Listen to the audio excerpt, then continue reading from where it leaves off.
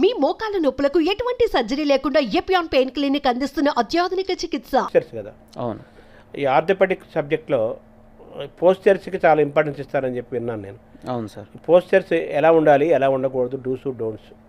So posture అనేది మనం ఏ పని చేస్తున్నా కూడా దాన్ని ఒక పోస్చర్ అని అంటాం. సో ఉదాహరణకు నేను సర్జరీ చేసినప్పుడు కూడా ఎక్కువసేపు ముందరకు వంగి ఆపరేట్ చేయడం కూడా నా పోస్చర్కి మంచిది కాదు. సో అలాంటిది మనం చేసే ప్రతి పని కూడా పోస్చర్ మీద డిపెండెంట్. మనము ఇంట్లో కూర్చున్నప్పుడు సోఫాలు ఉంటాయి ఫర్ ఎగ్జాంపుల్, అవి ఏంటి చాలా హైట్ తక్కువగా ఉంటాయి. మనం కూర్చున్నప్పుడు మన హిప్ జాయింట్ ఇంకా నీ జాయింట్ రెండు ఉంటాయి కదా. ఎప్పుడైనా సరే హిప్ అనేది కొద్దిగా ఎత్తుగా లేదంటే హిప్ అండ్ నీ జాయింట్ ఈ రెండు కూడా ఒకటే లెవెల్లో ఉండేలా చూసుకోవాలి. అది చాలా ఇంపార్టెంట్. దీంతోపాటు చైర్లో కూర్చున్నప్పుడు మనం పూర్తిగా వెనక్కి జరిగి కూర్చోవాలి. బ్యాక్ సపోర్ట్ కంప్లీట్గా తీసుకొని దాంతోపాటు ఆర్మ్ రెస్ట్ సపోర్ట్ ఇది కూడా కంప్లీట్గా తీసుకొని కూర్చోవాలి. సో ఇంకొకటి ఏంటంటే మన ఈ కొత్తగా వచ్చే చైర్స్, కొత్తవని కాదు, ఈ చైర్స్లో బ్యాక్ అనేది మూవ్ అవుతూ ఉంటుంది. మనం వెనక్కి బెండ్ అయ్యి చేసేలాంటివి ఉంటాయి. సో బెండ్ అవ్వకుండా దాన్ని ఫిక్స్ చేసుకోవడం అనేది బ్యాక్కి ఎప్పుడైనా సరే మంచిది. క్లినికల్ చైర్స్ కూడా వచ్చాయి కదా. అవును సార్. సో అవి ఏంటంటే మన బ్యాక్ షేప్కి అవి మౌల్డ్ అవుతాయి. సో దానికి ఏంటంటే అది కూడా మంచి బ్యాక్ సపోర్ట్ ఇస్తాయి. అవి యూజ్ చేయడం కూడా మంచిదే. అంటే పోస్చర్స్ అంటే ఒక మనిషి నిద్ర లేచినప్పటి నుంచి పనుకునేంత వరకు పెద్ద దశలో డిఫరెంట్ పోస్చర్స్ ఉంటాయి కదా. అవును sir. So morning to night మనం ఏ టైమ్స్లో ఎటువంటి పోస్చర్స్లో ఉండాలి, మనం ఎలా ఉండకూడదు? Okay, so first thing posture maintain చేయాలి అంటే మన బ్యాక్ని సపోర్ట్ చేసే కండరాలు మజిల్స్ అనేవి చాలా స్ట్రాంగ్గా ఉండాలి. సో ఎప్పుడైనా కూడా పడుకొని నిద్ర లేచి మంచం నుంచి దిగేటప్పుడు మనం ఒక సైడ్కి తిరిగి ముందు కాళ్ళు కిందకి పెట్టి తర్వాత చెయ్యి సపోర్ట్ తోటి పైకి లేవడం, దీంతో స్టార్ట్ అవుతుంది నార్మల్ పోస్చర్ అనేది. నెక్స్ట్ మనం బండి నడిపేటప్పుడు టూ వీలర్ అనుకోండి, కొంతమంది ఏంటి ఒక సైడ్కి కూర్చుంటారు, ఒక చెయ్యి పైకి ఉంటుంది. ఇలా కాకుండా మనకి మనమే కాన్షియస్గా సెంటర్లో కూర్చోవడం, రెండు చేతులు ఈక్వల్గా పెట్టుకోవడం, బ్యాగ్ ఉంటే బ్యాగ్ స్ట్రాప్స్ కూడా రెండు సైడ్స్ ఈక్వల్గా ఉండేలాగా పెట్టుకోవాలి. లేదంటే ఒక సైడ్కి వెయిట్ లాగి ఈ ఇంబ్యాలెన్స్ వచ్చేస్తుంది, పోస్చర్ ఇంబ్యాలెన్స్. సో ఆ పోస్చర్ కరెక్ట్ చేసుకోవాలి. కార్లో కూర్చున్నప్పుడు కూడా అంతే, సీట్లో కంప్లీట్గా బ్యాక్ జరిగి కూర్చోవాలి, కరెక్ట్ హైట్ మెయింటైన్ చేసుకోవాలి. కాల్ ముందుకి వెనక్కి మన లెగ్ లెంగ్త్ని బట్టి ఎగ్జాక్ట్ లెంగ్త్ అనేది సెట్ చేసుకోవాలి. దీంతోపాటు మనం రిక్రియేషన్ అంటే ఇంట్లో ఖాళీ టైంలో చేసేది టీవీ చూడడము లేదంటే మొబైల్ చూసుకోవడము. సో మొబైల్ చూసుకునేటప్పుడు చాలామంది ఏం చేస్తారు, తల ఇలా కిందకి వెళ్ళిపోతుంది, పుస్తకం చదివేటప్పుడు కిందకి వెళ్ళిపోతుంది. సో అది అనేది చాలా తప్పండి. సో నెక్లో పోస్చర్ అనేది పాడైపోతుంది. సో ఫోన్ చూసుకున్నా కూడా పైకి పెట్టుకునే చూసుకోవాలి. నెక్స్ట్ టీవీ చూసినా కూడా ఇందాక చెప్పినట్టు లోతుగా కిందకు ఉండే చైర్స్లో కాకుండా నార్మల్ హైట్ నార్మల్గా ఉండే చైర్స్ వాటిలో కూర్చుంటే మన పోస్చర్ అనేది ఎప్పుడైనా సరే బెటర్గా ఉంటుంది సార్.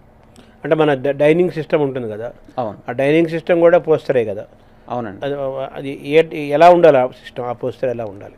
మన హైట్ అనేది డైనింగ్ టేబుల్ హైట్ మన ఎల్బో, మన చెయ్యి హైట్ వచ్చేలాగా ఉండాలి సార్.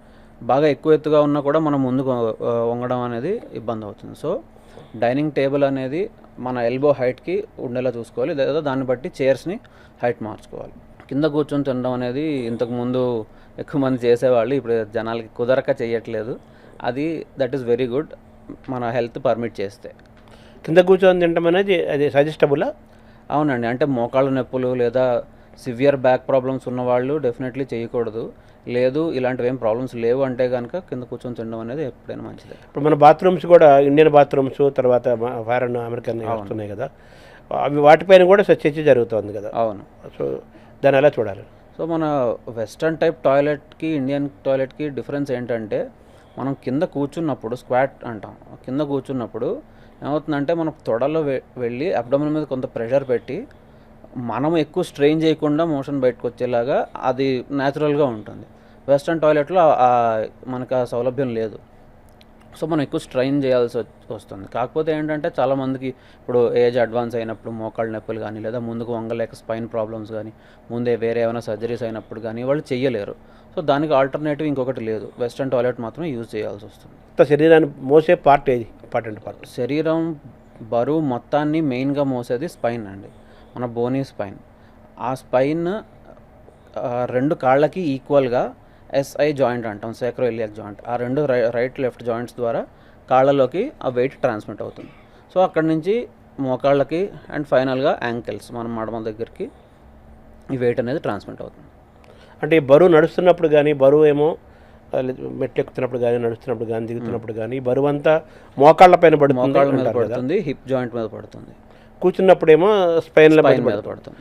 మరి ఇలా మోకాళ్ళ నొప్పులు రాకుండా, మోకాళ్ళకి ఎటువంటి ఇబ్బందులు రాకుండా, అలాగే స్పైనల్ కార్డ్కి ఎటువంటి ఇబ్బంది రాకుండా సర్జరీలు, ట్యాబ్లెట్లు, హాస్పిటల్ అనేవి చూడకుండా ఉండాలంటే ఎటువంటి జీవన విధానం ఉండాలి? ఫస్ట్ థింగ్ అండి, సెడెంటరీ లైఫ్ స్టైల్ని ఎప్పుడైనా సరే అవాయిడ్ చేయాలి. మనం యాక్టివ్గా ఉండాలి, ఎంత నడిస్తే అంత మంచిది. సో కొంతమందికి మోకాళ్ళు అనేవి తొందరగా అరుగుతాయి, కొంతమందికి లేట్గా అరుగుతాయి, కొంతమందికి అసలు అరగవు. అది వాళ్ళ కాన్స్టిట్యూషన్ బట్టి, వాళ్ళ జెనెటిక్స్ని బట్టి ఉంటుంది. కానీ మనం ఎంత ఎక్కువ ఎక్సర్సైజ్ చేస్తే మన ఎముకలు అంత స్ట్రాంగ్గా ఉంటాయి. ఎంత ఎక్కువ వెయిట్ బేరింగ్ ఎక్సర్సైజ్ చేస్తే అంత బోన్ యొక్క డెన్సిటీ, ఎముకల డెన్సిటీ అనేది పెరుగుతుంది. సో వాకింగ్ అనేది ఎప్పుడైనా చాలా అవసరం. ఇది మోస్ట్ ఈజియెస్ట్ ఎక్సర్సైజ్, అన్నిటికంటే సులభంగా చేయగలిగేది. రెండోది, మోకాళ్ళకి సెపరేట్గా ఎక్సర్సైజెస్ ఉంటాయి, కానీ అదేంటంటే నొప్పులు లేనప్పుడు స్పెసిఫిక్గా చేయాల్సిన అవసరం లేదు. అంటే వాకింగ్లో కూడా బ్రిస్క్ వాక్ ఉంది, మామూలుగా ఐడిల్ వాక్, ఇలా రకరకాల వాక్స్ ఉన్నాయి కదా. ఏ వయసులో ఎటువంటి వాక్ సజెస్ట్ చేస్తారో, లేకపోతే ఏదైనా ఐడియల్ వాక్ ఏమన్నా ఉందా మీరు రికమెండ్ చేసేది? సో ఐడియల్గా ఎప్పుడైనా సరే మన శరీరం మనకి చెప్తుందండి మనకి ఏది ఐడియల్లో. మనకి మనమే ఫోర్స్ చేసుకొని చేయడం అనేది ఎప్పుడు కరెక్ట్ కాదు. సో మనం వాక్ చేసేది మన బాడీకి తెలుస్తుంది. నార్మల్గా నడిస్తే ఏమి ఇబ్బందులు లేకుండా నార్మల్గా ఉంది. దాని తర్వాత కొన్నాళ్ళ నార్మల్ వాక్ చేసిన తర్వాత నెక్స్ట్ స్టెప్ బ్రిస్క్ వాక్కి వెళ్ళాలి. బ్రిస్క్ వాక్ చేసినప్పుడు ఏం ఇబ్బంది లేదనుకోండి, లేదంటే మోకాళ్ళ నొప్పులు కానీ, బ్యాక్ పెయిన్స్ కానీ, మజిల్స్ సోర్నెస్ అంటాం, మజిల్స్ కంట్రోల్ నొప్పులు కానీ ఇవేం లేవు అనుకోండి, అది ఇంకొన్నాళ్ళు చేసి ఇంకొంచెం జాగ్కి కానీ రన్కి కానీ మనం వెళ్ళొచ్చు. ఈ మధ్యలో మన బాడీ కనుక నొప్పులు ఉన్నాయి, కొంచెం నాకు ఇబ్బందిగా ఉందని మనకే తెలిసిపోతుంది. అప్పుడు ఏం చేస్తాం, మళ్ళీ బ్యాక్ స్టెప్ తీసుకోవాలి. సో మనం ఏ ఎక్సర్సైజ్ చేయాలనేది మన శరీరమే మనకు చెప్తుంది. మన శరీరం చెప్పేదాన్ని వింటూ, మన బాడీ మనకిచ్చే సంకేతాన్ని తెలుసుకుంటూ, ఎక్కడైతే అటు ఈజీగా, తేలిగ్గా, హాయిగా ఉంటుందో అదే చేయాలంట. అదే చేయాలి. గ్రాడ్యువల్గా దాన్ని చేసుకుని ఆ మజిల్స్ అనేది బిల్డప్ చేస్తే కొంతకాలానికి, అట్ ఎ టైం కాకుండా కొంతకాలానికి ఏంటంటే నెక్స్ట్ స్టెప్కి ట్రై చేయొచ్చు మనం. సో రన్నింగ్ అండ్ స్విమ్మింగ్ని ఎలా చూడాలండి? స్విమ్మింగ్ అనేది చాలా మంచి ఎక్సర్సైజ్ అండి మన స్పైన్తో పాటు మోకాళ్ళకు కూడా. ఎందుకంటే మోకాళ్ళ నొప్పులు, మోకాళ్ళ అరుగుదల ఉన్నవాళ్ళు వాకింగ్ చేయలేరు. బాడీ వెయిట్ అంతా మోకాళ్ళ మీద పడినప్పుడు ఏమవుతుందంటే ఆ అరుగుదలకి ఎక్కువ నొప్పి వస్తుంది. సో వాళ్ళకి స్విమ్మింగ్ లేదా పూల్ వాకింగ్ అంటాం, స్విమ్మింగ్ పూల్ లోపల నడవడం. సో వీటితోటి మోకాళ్ళ మీద నుంచి వెయిట్ అనేది ఆఫ్లోడ్ అవుతుంది. సో ఆ ఎక్సర్సైజెస్ వాళ్ళకి చాలా మంచివి. నార్మల్గా కూడా చేయడం అనేది అది it is a very good exercise. దాంతోపాటు రన్నింగ్ అనేది యూజువల్గా మనము ఎవరితో అసోసియేట్ చేస్తామంటే ఫిట్గా, యంగ్గా ఉన్న వాళ్ళతో. కాకపోతే మనము ముందు నుంచి శరీరాన్ని అడాప్ట్ చేసుకొని మనం ఎంత వయసులోనైనా రన్నింగ్ అనేది చేసుకోవచ్చు, కానీ కొన్ని ప్రికాషన్స్ తీసుకోవాలి. ఇప్పుడు యోగాసనాలు, సూర్య నమస్కారాల విషయానికి వస్తే ఏరోబిక్స్ కొన్ని ఉన్నాయి కదా,